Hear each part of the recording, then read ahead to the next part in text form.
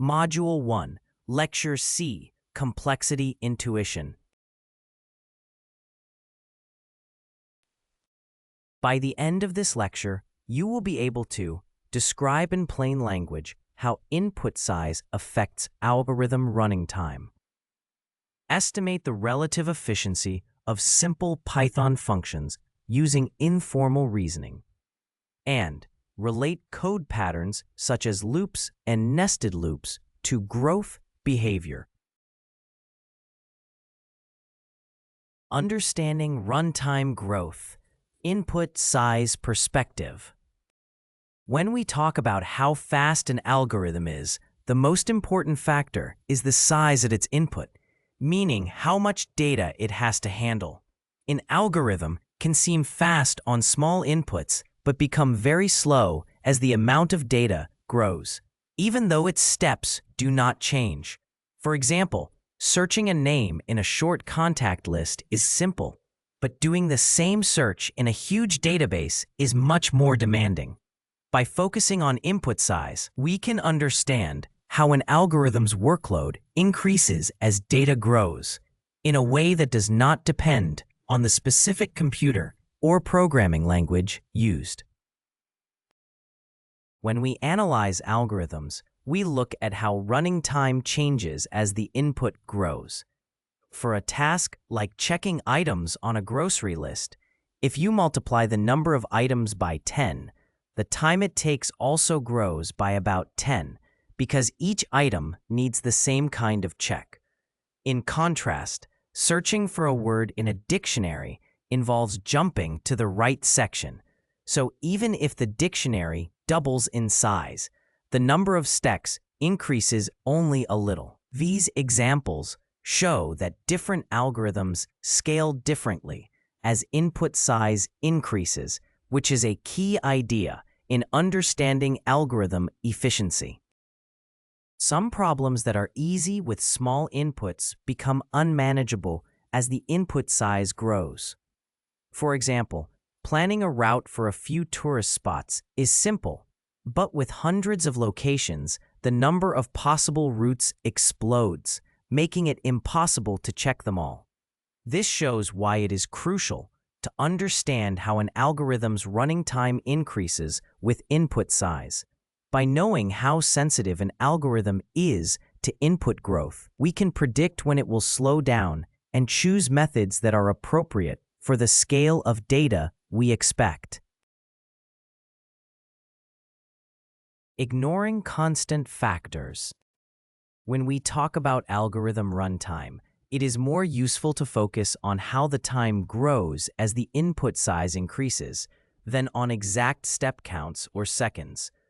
Constant factors like processor speed or programming language only change how fast things run overall, not the pattern of growth. For example, one person might sort papers faster than another, but as the stack gets larger, both see their effort increase in the same way. This shared growth pattern matters more than the constant difference in speed. When comparing algorithms, we care most about how they behave as the input size grows, not about small, context-specific details. For example, scanning every song in a large music library may seem fine at first, but a method that repeatedly cuts the search space in half will scale much better as the library grows. Differences in app design or hardware usually just change constant factors and can make a slower algorithm look faster on small inputs. By ignoring these constant overheads and focusing on how the number of steps grows with input size, we can see which algorithm is truly more efficient for large problems. When we analyze algorithms, we care about how running time grows as the input size increases, not about fixed startup costs. Just as the time spent getting into and starting a car is the same whether you take the highway or drive through small towns, some parts of a program's running time are constant and do not depend on input size. By ignoring these fixed overheads, we can focus on how the workload scales and avoid being distracted by superficial differences like the speed of a particular programming language. This lets us compare algorithms based on their growth behavior as problems get larger. Timing code experiments. To see how input size affects running time, you can measure how long a function takes to process different amounts of data, such as lists with 100, 1,000, and 10,000 items. By comparing these times, you can observe how the running time changes as the input grows. This helps you notice patterns, like whether the time increases in direct proportion to the input size or at a different rate.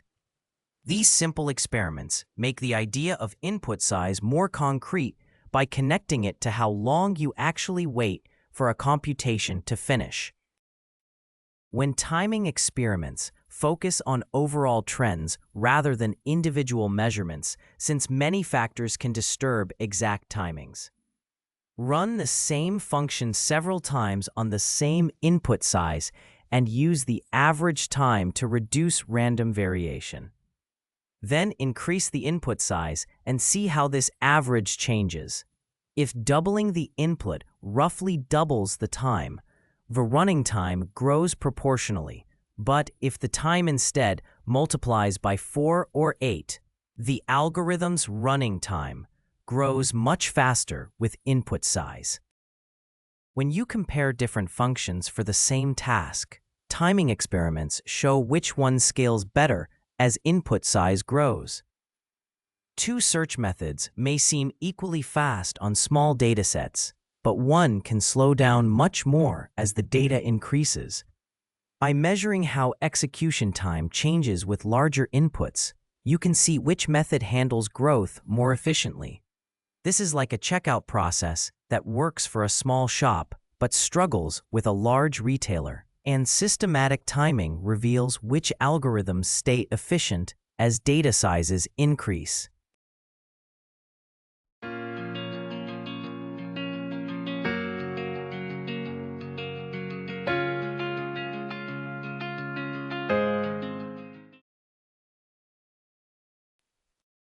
Python code. Timing code experiments. Show how the runtime changes as the input size grows, and clearly compare how long the program takes for different list sizes. The comment is explaining that you do not need to run any pip install commands for this code, because it only uses Python's built-in standard library. All the required tools and functions already come with a normal Python installation. As a result, no extra packages or external dependencies are necessary to make the code work. We begin by importing the time module so we can measure how long parts of our program take to run. This module provides tools to record time intervals, which lets us track the performance of our code. By using it, we can accurately compare how our program behaves with different input sizes and identify which sections are slower or faster. We define a function that takes a list of items and calculates the total number of characters in all of them. Inside the function, we start a running total at 0. We then go through each name in the list, measure its length, and add that length to the running total.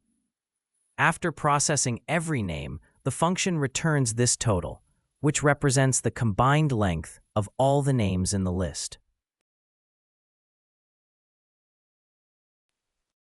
We create a list of 3 input sizes, 1,000, 10,000, and 100,000 elements. These represent small, medium, and large lists used to test how our function's processing time changes as the list grows. By comparing performance across these sizes, we can observe how the function scales with increasing input. We begin by defining a base name with the value Alice, which serves as a simple, typical short name. This same name is used to fill lists of different sizes. By keeping the name constant, we ensure that any changes in processing time are due only to the size of the lists and not to differences in the data itself. The code prints a header line that explains the columns in the output table. The first column, called items, shows how many items are in the list being processed. The second column, time seconds, reports how long it takes to process that list. The third column, total characters, gives the combined length of all the names in the list. Together, these labels make it clear what performance metrics the printed results represent. For each input size, we create a list of names by repeating the base name Alice to match that size, which gives us a list to test. We record the current time, then call the list processing function that computes the total number of characters in all the names. After the function finishes, we record the time again and find the elapsed time by subtracting the start from the end. Finally, we display the list size, the time taken in seconds, and the total character count, arranged so they are easy to compare across different input sizes.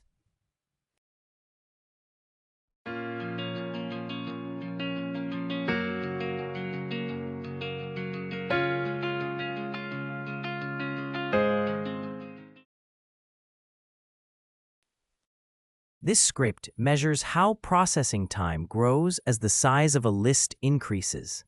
It uses a simple function that counts the total number of characters in a list of names where every name is Alice, and tests this with lists of 1,000, 10,000, and 100,000 items.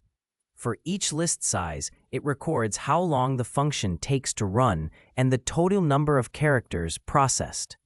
As the list gets larger, the processing time increases in a way that shows a linear relationship between input size and time complexity. The results are summarized as a table of item counts, processing times, and total characters for each list size. Code patterns and speed. Looping through lists. When you loop through a list, the computer checks each item one after another, so the time it takes grows directly with the number of items. If the list size doubles, the loop usually takes about twice as long, assuming each step requires similar work. This means the running time of the loop is closely tied to the size of the list. As a result, a function that processes 1,000,000 items will be slower than one that processes 1,000. Simply because it has more items to handle from start to finish. To compare how efficient two list processing functions are, focus on how much work they do for each element and how many times they pass through the list. If one function scans the list once to compute a total, but another scans it 3 times for different summaries, the second one does about 3 times as much work. This extra time comes from repeated passes over the same data, not from the size of the list itself. By counting full traversals and estimating the work per item, you can predict which function will be faster on large inputs.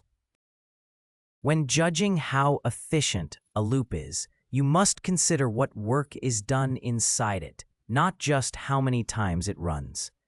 A loop that only reads values and updates a running total is usually much faster than one that performs complex operations on each item.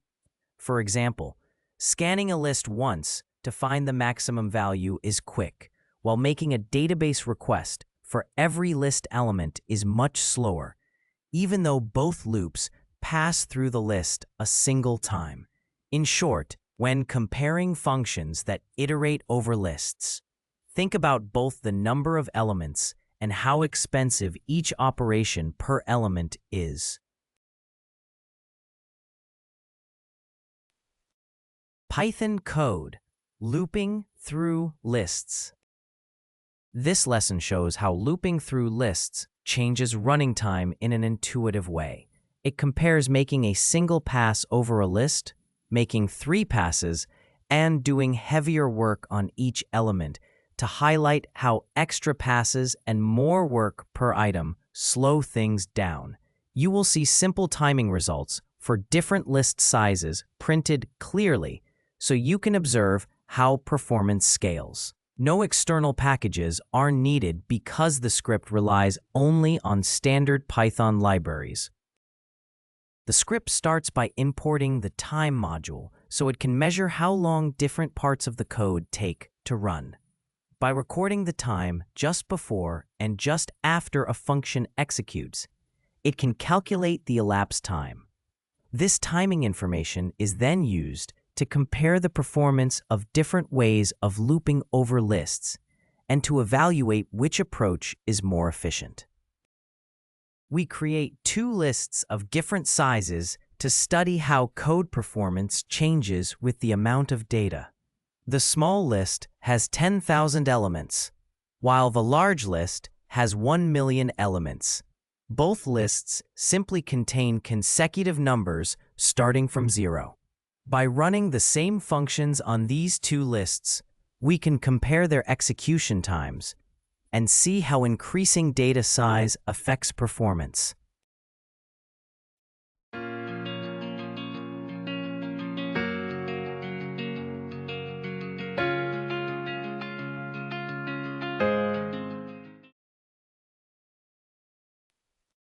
The sum_once function takes a list of numbers and computes their total. It begins by setting a running total to 0, then goes through each number in the list and adds it to this running total. After it has processed every number, it returns the final total. This shows a straightforward, single pass through the list where each element is combined using basic addition. This function repeatedly sums the numbers in a list to illustrate how repeated work affects performance. It begins by setting a running total to 0, then loops through the list, adding each number to this total. It performs this full pass over the list 3 times, so the final result is 3 times the sum of the list's elements. The function then returns this accumulated total, showing how doing the same operation multiple times increases computational workload. This function performs a heavier computation on a list of numbers by summing their cubes. It begins with a running total set to 0, then loops through each value in the list. For every value, it calculates the cube by multiplying the number by itself 3 times and adds that result to the total. After all values have been processed, the function returns the final accumulated sum. This illustrates how more complex operations inside a loop can greatly affect performance. The measureTime function is used to find out how long another function takes to run. It first records the current time as the start, then calls the given function with its input values and saves the result. After the function finishes, it records the time again as the end. It computes the elapsed time by subtracting the start time from the end time, then prints a label, the function's result, and the elapsed time rounded to 4 decimal places to summarize the function's performance. The code prints a short message to explain the purpose of the timing measurements that follow. It tells the user that the comparisons of different list loop patterns are only approximate. The results can vary from one machine to another, so they should not be treated as precise performance benchmarks. Instead, they are meant to serve as illustrative examples to give a general sense of how the patterns compare.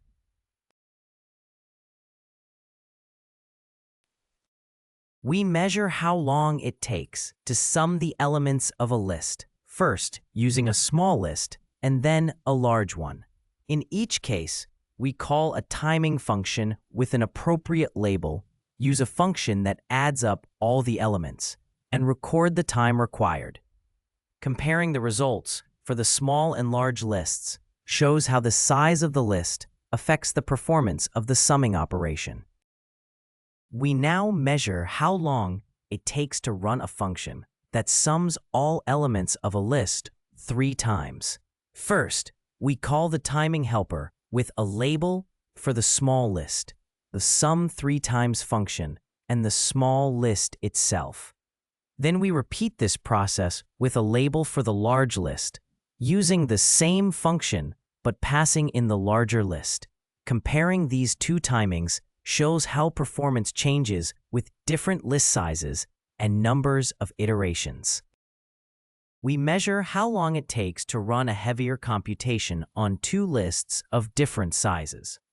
Using a timing function, we first record the time needed for a heavy work function to process a small list. This heavy work function cubes each element and adds it to a running total, which is more demanding than a simple sum. We then repeat the timing with the same heavy work function on a larger list. Comparing these results shows how increasing the amount of data affects performance.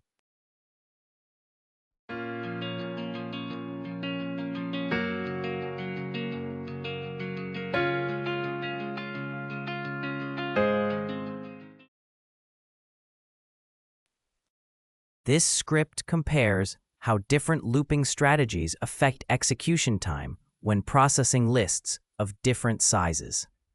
One function sums all elements in a single pass. Another repeats the same summation 3 times, and a third performs heavier work by cubing each element before summing. The timing results show that the single pass is fastest. The 3-pass version takes about 3 times longer, and the heavy work function is much slower, especially on the larger list. Overall, it demonstrates that both the number of loop iterations and the complexity of the work done inside the loop have a major impact on performance. Matrix nested loops. When you move from a single loop over a list to nested loops over a grid or matrix, the amount of work grows much faster. Instead of checking one value per item, you now examine every combination of row and column, touching every cell in the table. This means the work scales with the number of rows times the number of columns. If you double the number of customers, the work doubles. But if you double both customers and months, the work becomes 4 times larger. This illustrates how nested loops can grow quickly as the size of the data increases. To understand how efficient matrix-style nested loops are, compare them to a simple loop. A single loop over 1,000 items is fast because it does about 1,000 operations. But a nested loop that compares each student to every other student in a class of 1,000 needs about 1,000,000 comparisons.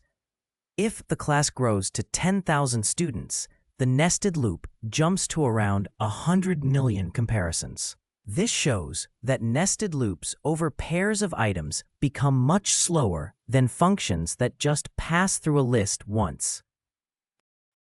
Understanding how nested loops affect performance is important when working with grids or matrices, such as in image processing or social network analysis. As data size grows, operations like examining every pixel or checking every user connection can become much slower.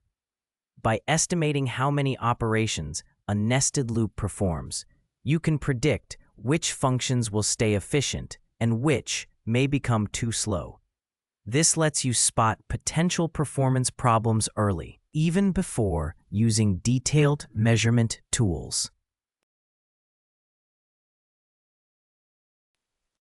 Python code, matrix nested loops. Nested loops are often used to scan every cell in a matrix by having one loop move across rows while the inner loop moves across columns. This contrasts with a single loop, which processes a simple list of items one by one. By comparing these two patterns, you can see that nested loops do more work because the inner loop runs fully for each step of the outer loop. This helps build intuition for how the amount of work grows when you move from a single loop to nested loops over a grid. The comment explains that installing NumPy, Matplotlib, and Seaborn with a package manager is only needed if you are not using Google Colab. In Colab, these libraries are already installed by default. It serves as a reminder for users working in other environments to make sure these tools are available. Having them installed is important for any data manipulation or visualization tasks that come later in the code. The script starts by importing the time module so it can measure how long parts of the code take to run. This module lets us record a start time and an end time around a section of code. By comparing these times, we can determine the duration of different operations. In this context, it is used to compare the performance of different loop structures. We begin by creating a simple dataset that represents all customers for a single month. Using a range of numbers from 0 up to, but not including, 10,000, we generate a sequence where each number acts as a unique customer ID. This sequence is then stored together as a list, giving us a straightforward collection of customer identifiers to use in later operations. We set up a simple scenario with customers distributed over time so we can later simulate their interactions. First, we define a time span of 100 months to represent the period we are tracking. Then, we create a list representing 1,000 customers labeled from 0 to 1,000. This list, combined with the defined months, forms the basic structure for modeling customer data and behavior over the chosen time period.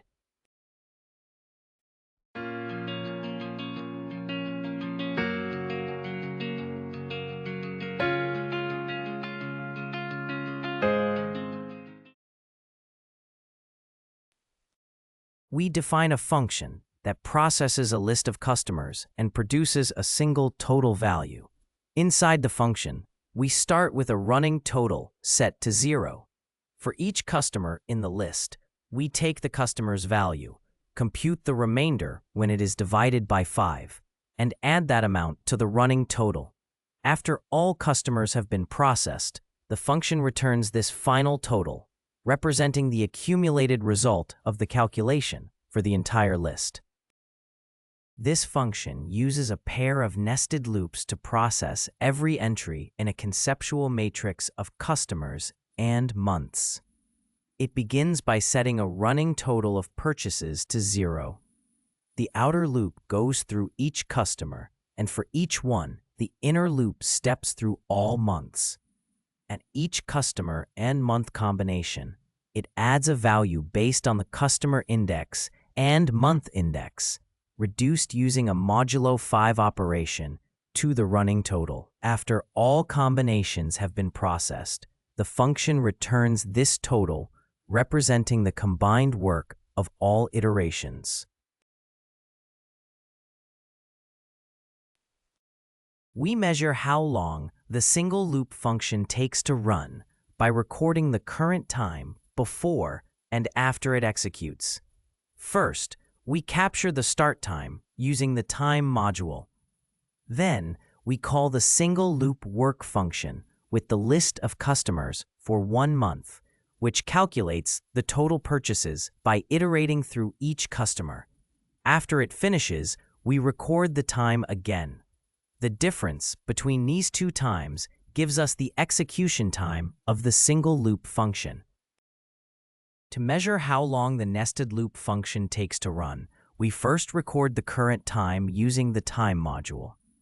We then call the function that processes many customers over many months, where it loops through each customer and each month to simulate purchase calculations. After the function finishes, we record the current time again. By comparing the start and end times, we can determine the total execution time of the nested loop function. To measure how long each function takes to run, we calculate the elapsed time for each one by subtracting its start time from its end time. This gives us the duration in seconds for the single loop and for the nested loop.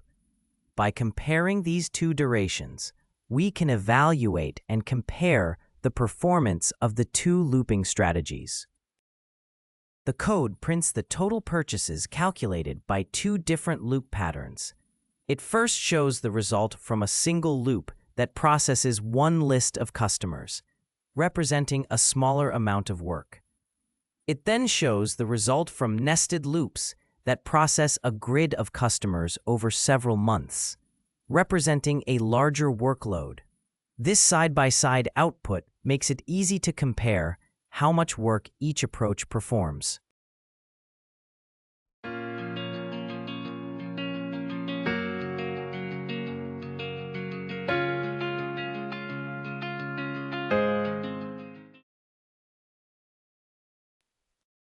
The code first estimates how many operations the single loop performs by using the number of customers in 1 month.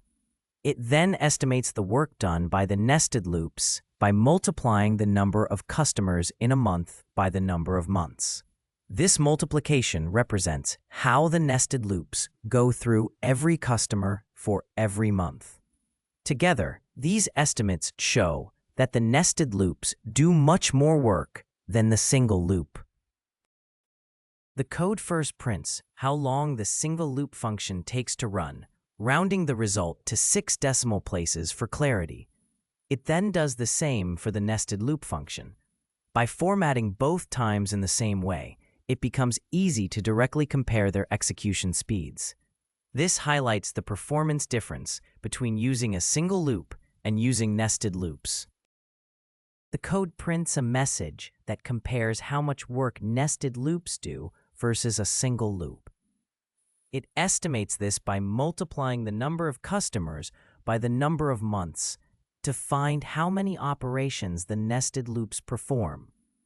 It then divides this by the number of customers processed in the single loop. The result is a rough measure of how many times more work the nested loops require, which is included in an informal comparison message.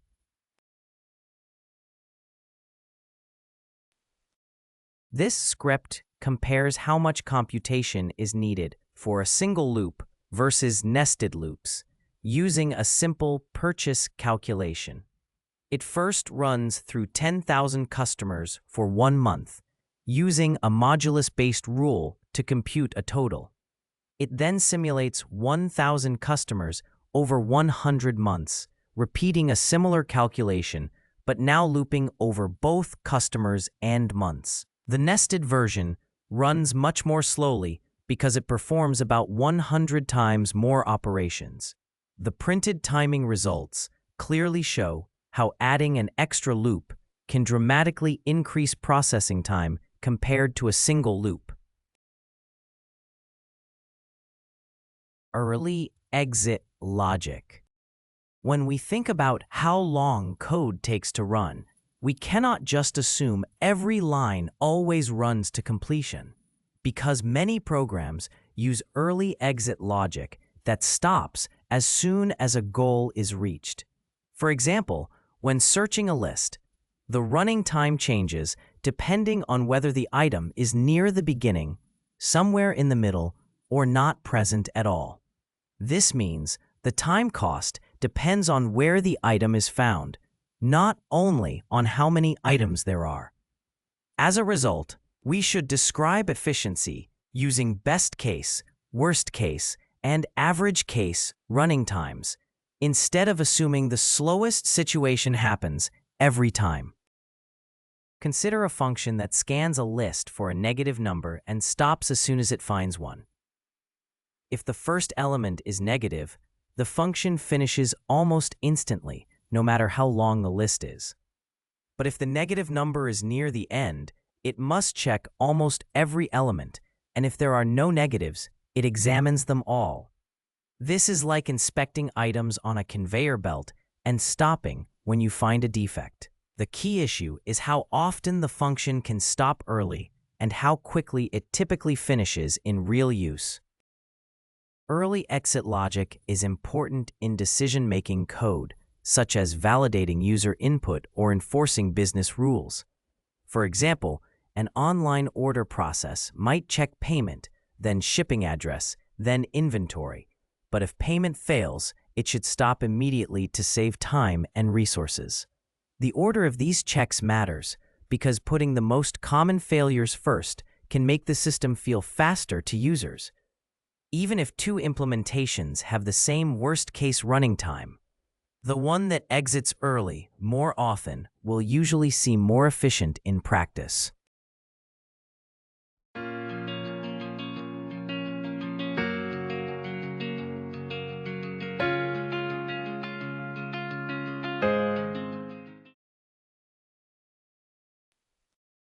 Python code, early exit logic. We can use simple list search examples to show how early exit logic works. When searching a list, we can stop as soon as we find the target instead of always checking every element. In the best case, the item is found near the beginning, so the search is very fast. In the worst case, the item is at the end or not present, so we must scan the whole list. This contrast illustrates how early exit can greatly improve typical running time, even though the worst-case time does not change. This line is simply a placeholder comment reminding developers where they could add a command to install any required libraries. It serves as a note to check that all dependencies are installed before running the script. In this particular code, however, everything needed is already provided by the standard library, so no extra installations are necessary. We begin by importing the time module so we can measure how long operations take to run. This module lets us record the moment a process starts and the moment it ends. By comparing these two times, we can calculate the elapsed time. This is useful for analyzing performance and comparing different ways of solving a problem. This function checks whether a list contains any negative numbers and stops as soon as it finds one. It goes through each number in the list and tests if it is less than 0. If it encounters a negative value, it immediately returns true to indicate that a negative number is present. If it finishes checking all numbers without finding any negatives, it returns false. This early exit makes the function more efficient, especially when a negative number appears near the beginning of the list. This function checks whether a list contains any negative numbers by using a flag that starts as false. It goes through each number in the list, and whenever it finds a value less than 0, it sets the flag to true. However, it does not stop when it finds a negative number, and instead continues checking the rest of the list. At the end, the function returns the flag, indicating whether at least one negative number was present in the entire list. We use two example lists to show how early exit logic works when searching for a negative number. In the first list, the negative value is at the very beginning, so the search can stop immediately, representing the best case. In the second list, the negative value is placed in the middle, so the search must check several elements before finding it. Comparing these two cases helps illustrate how the position of the target value affects how long the search takes. We build a list called shortlist_worst that has several positive numbers followed by a single negative number at the very end. This setup is used to test how our search functions perform when the negative value appears in the last possible position. In this worst-case scenario, for early exit logic, the function must scan the entire list before it can detect the negative value. This helps us understand and illustrate the least efficient case for the search process.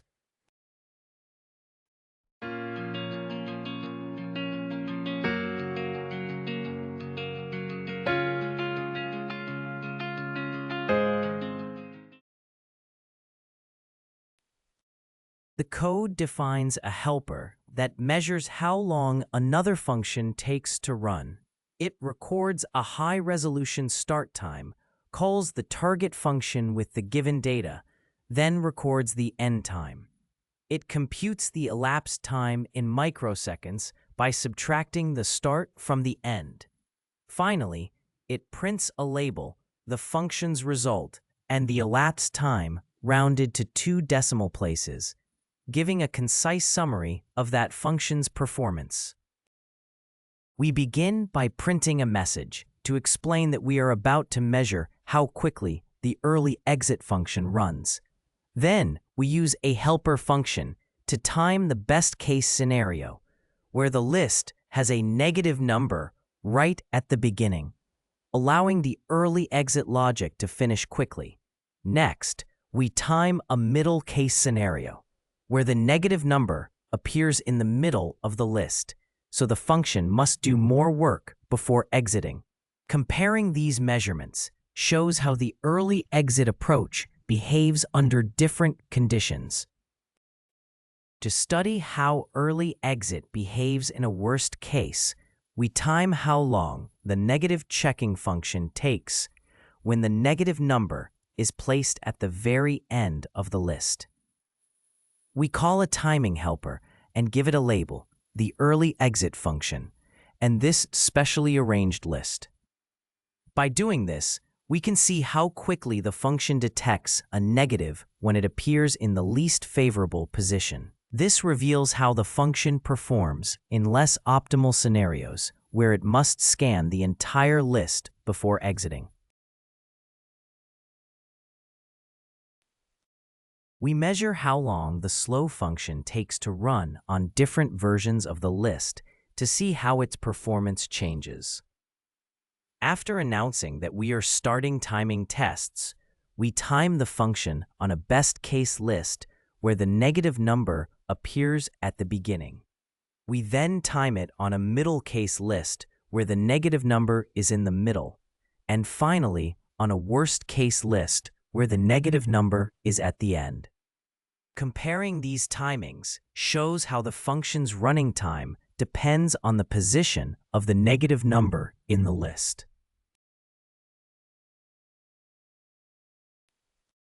This example compares 2 ways of searching a list to show the benefit of stopping early.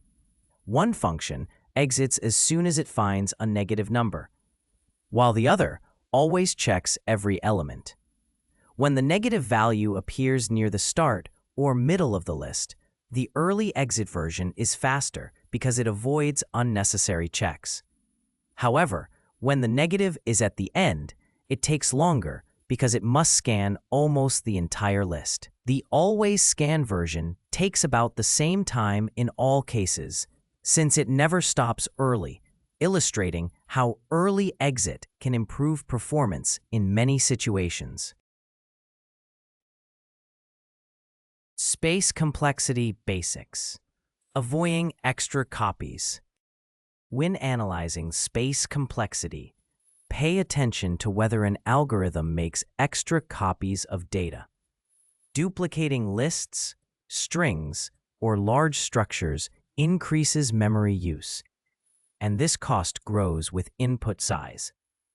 Just as repeatedly copying paper records would quickly fill a storage room, copying data unnecessarily can cause memory problems in programs. To manage space efficiently, only create separate copies when you truly need an independent version, and otherwise work with the data already in memory.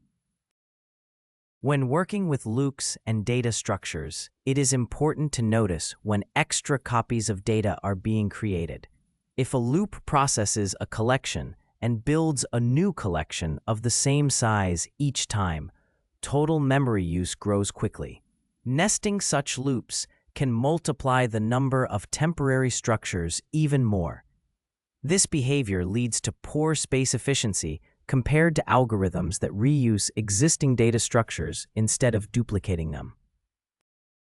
When designing data structures and algorithms, especially those that use loops and nested loops, focus on reusing memory instead of creating new structures repeatedly. Whenever possible, update values in place or share a single temporary structure across iterations. This keeps the total amount of memory more stable, rather than letting it grow quickly due to repeated copying. By checking whether memory usage grows only with input size or grows faster because of these patterns, you can predict which designs will scale well and which may run into memory problems as data increases.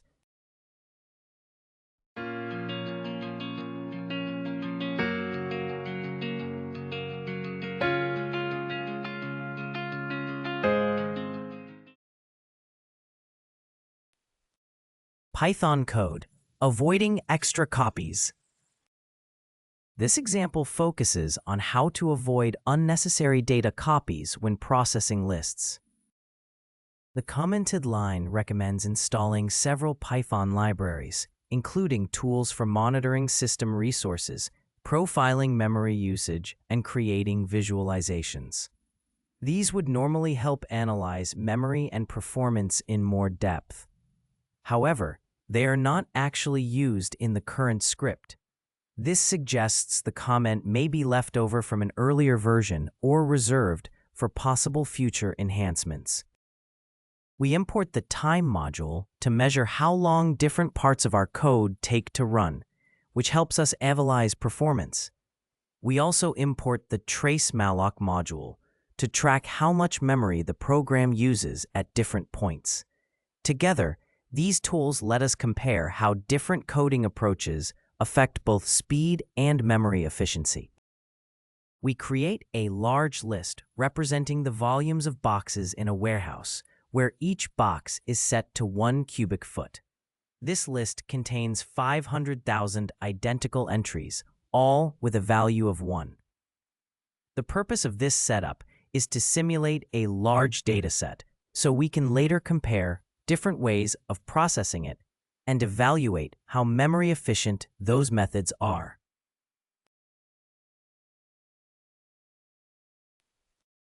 The function begins by pointing a new variable to the same list as the input, then runs a loop 5 times. In each loop, it replaces this variable with a new list where every element is doubled from the current version. This repeated doubling is done using a list comprehension that processes each element. After all 5 iterations, the function returns the final list. Because a new list is created in every iteration, this method can significantly increase memory usage. The process-in-place function directly modifies a list of volumes without creating extra copies. It uses an outer loop that runs 5 times, and within each pass, an inner loop goes through every element of the list. During each inner loop, the current element is doubled, so the list is repeatedly updated in place. After all the loops finish, the function returns the now modified list, which helps reduce memory usage by avoiding new lists. We start by enabling memory tracking with tracemalloc and recording the current time so we can measure both memory usage and execution time. Then we run the function that processes the list by making copies and store its result. After the function finishes, we read the current and peak memory usage from tracemalloc to see how much memory was used at its highest point. Finally, we stop memory tracking to complete the measurement. We rebuild the original list of box volumes by setting every element to 1 and extending it to 500,000 entries. This step restores the list to its initial, unmodified state. Doing this ensures that when we later process the list in place, we are making a fair comparison because each method starts from exactly the same data. We start by enabling memory tracking with tracemalloc to monitor how much memory the in-place list processing uses. We also record the current time with a high-precision timer to measure how long the operation takes. Then, we run the function that doubles each element of the list without creating new copies. After it finishes, we read the current and peak memory usage from tracemalloc to see the memory footprint of this approach, and finally, stop the memory tracking to complete the measurement.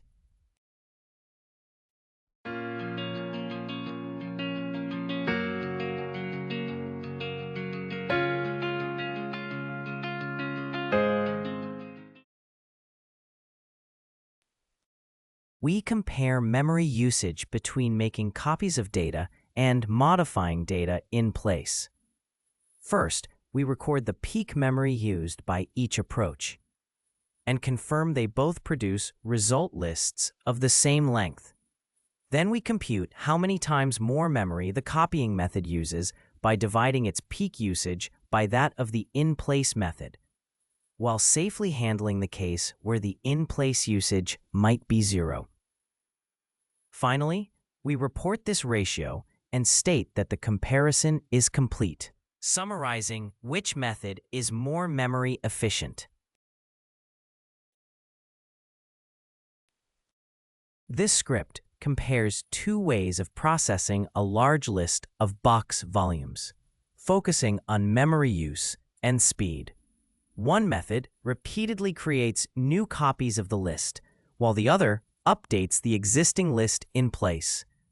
The results show that copying the list uses much more memory, as seen in the higher peak memory usage, even though both methods produce lists of the same length. By contrast, the in-place method is more memory efficient because it avoids creating extra copies.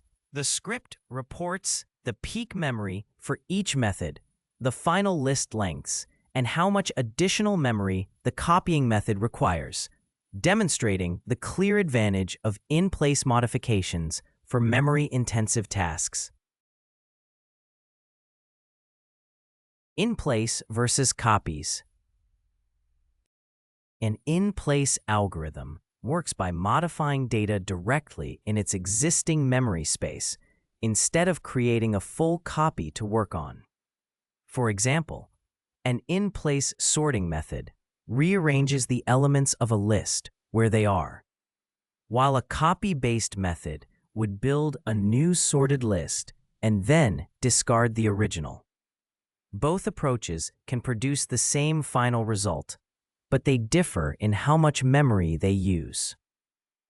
This difference becomes especially important for managing space efficiently when working with large datasets. In-place algorithms reuse the original data structure and only need a small, fixed amount of extra memory, such as a few temporary variables, even as the input grows. In contrast, copy-based methods create new data structures whose size is proportional to the original data. This means their memory usage increases directly with input size. As a result, copying approaches can cause significant memory growth for large inputs, while in-place methods keep memory usage more controlled. When you write loops in a program, updating data directly in place uses only a small fixed amount of extra memory, because each item is processed without creating new structures. In contrast, if your loops keep building new data structures, especially inside nested loops, memory use can grow quickly with the size of the input. This difference matters a lot when working with large images or massive datasets, where extra memory use can cause the program to fail. So it is important to understand whether your loops are simply modifying existing data or repeatedly creating new, large structures in order to manage space efficiently.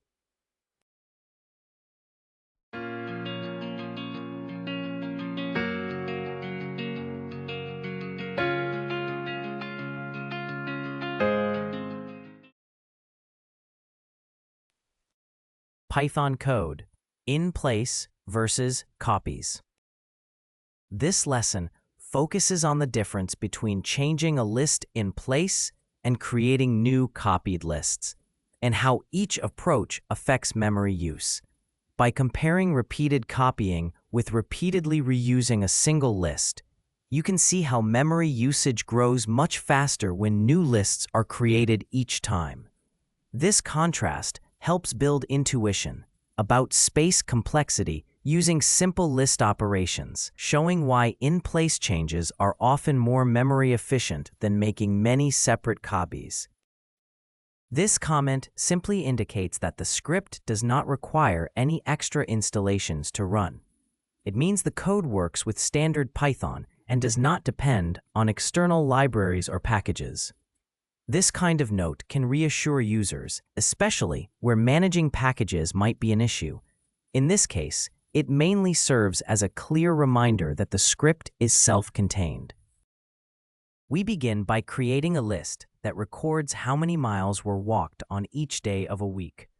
Each entry in the list is a specific value for one day, and together they form the dataset we will work with. This list acts as our starting point for later examples that compare changing data directly within the original list to creating and working with separate copies. We begin by showing the original list of miles walked each day of the week to establish a clear starting point. This baseline lets us compare how the data looks before and after we change it.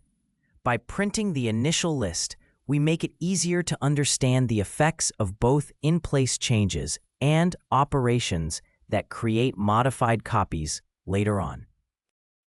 We go through each position in the list of miles walked and double the value stored there. This changes the original list directly rather than creating a new one. By updating each element in place, we reuse the same memory space. This approach is more space efficient because it avoids storing a separate copy of the list. This line prints the list after it has been changed directly. The list of weekly miles now holds doubled values, but it still occupies the same place in memory as before. This shows that in-place operations update existing data rather than creating a new list, which makes them more memory efficient. We create a new list that starts with the same daily miles data as the original, so we can compare two different ways of changing lists. Using this separate list lets us demonstrate operations that work on a copy instead of directly on the original. This separation is important because it prevents changes in the demonstration from altering the original data. It also makes it easier to see how memory use and list contents differ between in-place modifications and copy-based operations. We create an empty list to store the doubled values, then loop through each value in the original miles per week list. For every value we encounter, we multiply it by 2 and add the result to the new list. By the end of this process, we have built a separate list that contains all the original values doubled. This approach uses extra memory that grows in proportion to the size of the original list. The original list of miles walked stays exactly the same when we use a copy-based approach. This means the list called miles week copy keeps its initial values and is not changed directly. Instead, any updates are made to a separate list created from the copy. This behavior shows how copy-based operations protect the original data while still allowing you to modify a duplicate. The code creates a new list by copying the original list and doubling each element, then prints this new list. Because the new list is a separate object, it needs its own memory space. This illustrates that making copies of data structures increases memory usage compared to modifying the original data in place. This statement explains the key difference between in-place operations and copy-based operations on lists. In-place operations change the original list directly, using the same memory location. In contrast, copy-based operations create a new list, which requires extra memory that grows with the size of the original list. Understanding this distinction is important for analyzing space complexity in programming.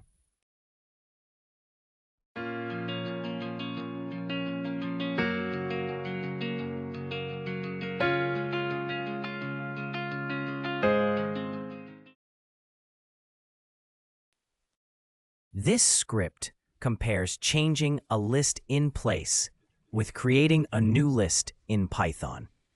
It starts with a list of miles walked each day and first doubles the values directly in the original list, which reuses the same memory. Then it resets the list and doubles the values again, but this time by building a separate list, which needs extra memory based on the list's size.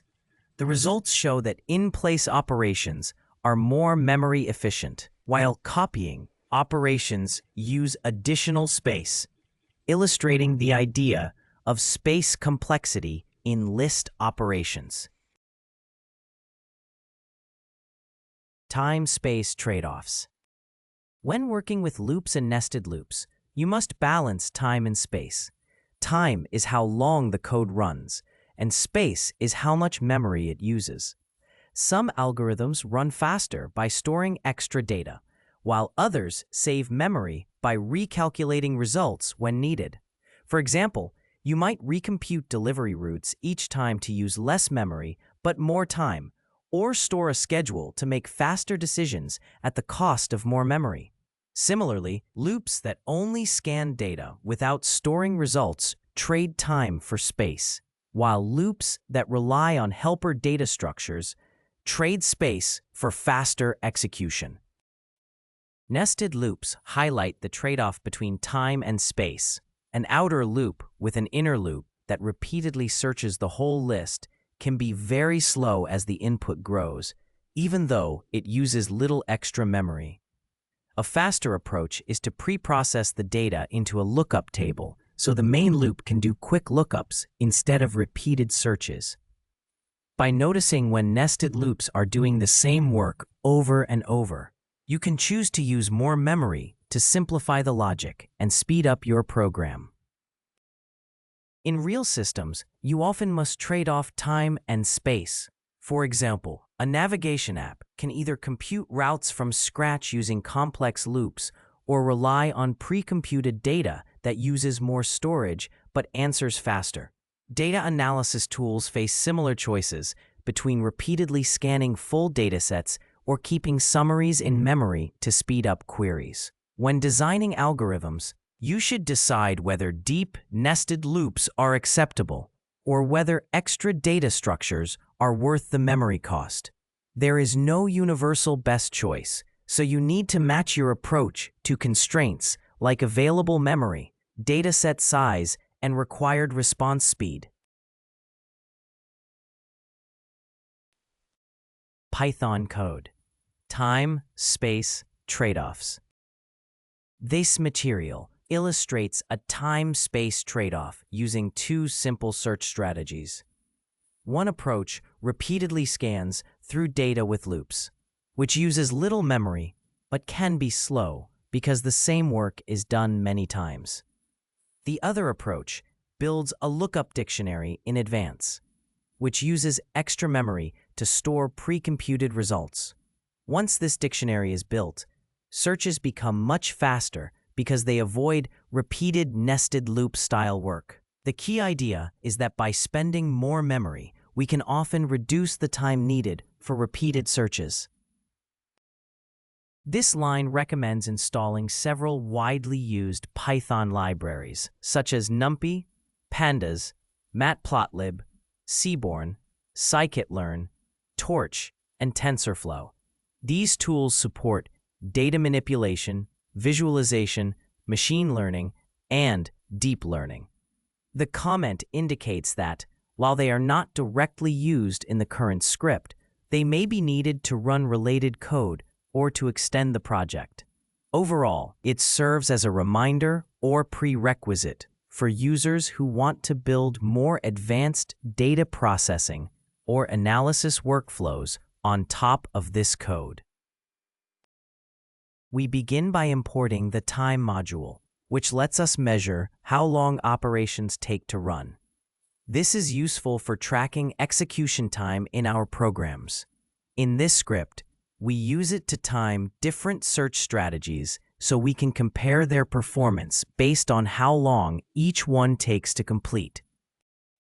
We create a list of product zip codes using a list comprehension that loops over 200,000 numbers. For each number, we add 10,000 and then take the remainder after dividing by 90,000, so the values wrap around once they reach 90,000. Each resulting value is then converted to a string. The final result is a large list of zip code strings that we can use for searching. We define a small list of specific zip codes that we will search for repeatedly. This list contains 5 target zip codes: 10,010, 30,301, 60,614, 94,105, and 75,201. These selected zip codes serve as our fixed search targets. We then use them in different search functions to illustrate how various strategies balance time and space efficiency.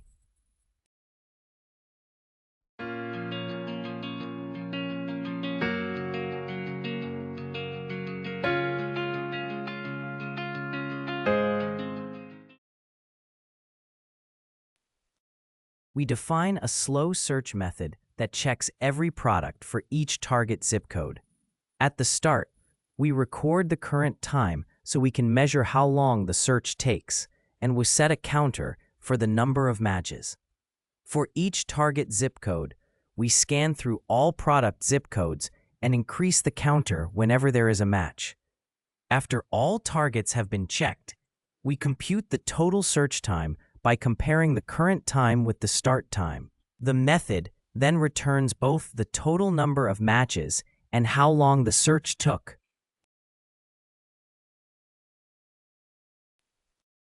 We measure how long the search takes by recording the start time, then build a dictionary that maps each product zip code to how many times it appears. This precomputes the frequency of every zip code so we can look them up quickly. We then go through each target zip code, check if it is in the dictionary, and add its stored count to a running total of matches. After all targets are processed, we compute the elapsed time and return the total number of matches, the search duration, and the number of unique zip codes stored, which reflects the memory cost of this faster search method. We begin by running a slow search that repeatedly scans through a long list of product zip codes to find any that match a list of target zip codes. This search reports how many matches it finds and how long the search takes. We store these two results so we can later compare the performance of this slow scanning method with a faster method that uses a lookup dictionary. We run a fast lookup search that takes the list of product zip codes and the list of target zip codes. To be efficient, it first builds a dictionary where each product zip code is a key and its value is how many times it appears. This structure lets the function quickly find how often each target zip code occurs in the product list. It then returns the total number of matches, how long the search took, and the size of the dictionary. And we store these results for later analysis. This line prints a brief summary of the slow search results, telling you how many matches were found and how long the search took in seconds. The time is rounded to 4 decimal places to keep it easy to read. This makes it simple to compare how efficient the search was in terms of time. The code outputs how many matches the fast search method finds and how long it takes to run, with the time rounded to 4 decimal places. This information lets you directly compare its efficiency. By showing both the number of matches and the execution time, it highlights the performance of the fast search in terms of speed. This explanation describes a time-space trade-off in search algorithms. The faster search method uses extra memory to store a lookup dictionary of product zip codes. Because this information is pre-stored, the algorithm does not need to repeatedly scan through the entire list. As a result, it performs less computational work and achieves faster search times by spending more memory. This script compares 2 ways to search for matching zip codes to show a time and space trade-off. The slow method scans through a long list of product zip codes for each target zip code, which is simple but inefficient. The faster method first builds a dictionary from the product zip codes, then uses it for quick lookups. Running the code reveals that the dictionary-based search finishes much faster but uses extra memory. The results, including the number of matches and the time taken, illustrate how using more memory can significantly speed up searches by avoiding repeated scanning.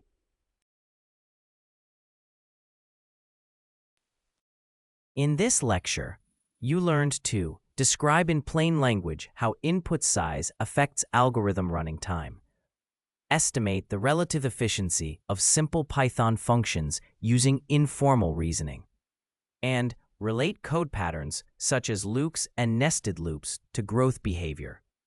In the next module, Module 2, we will go over Big O and math. Thank you for your attention. See you all in the next lecture.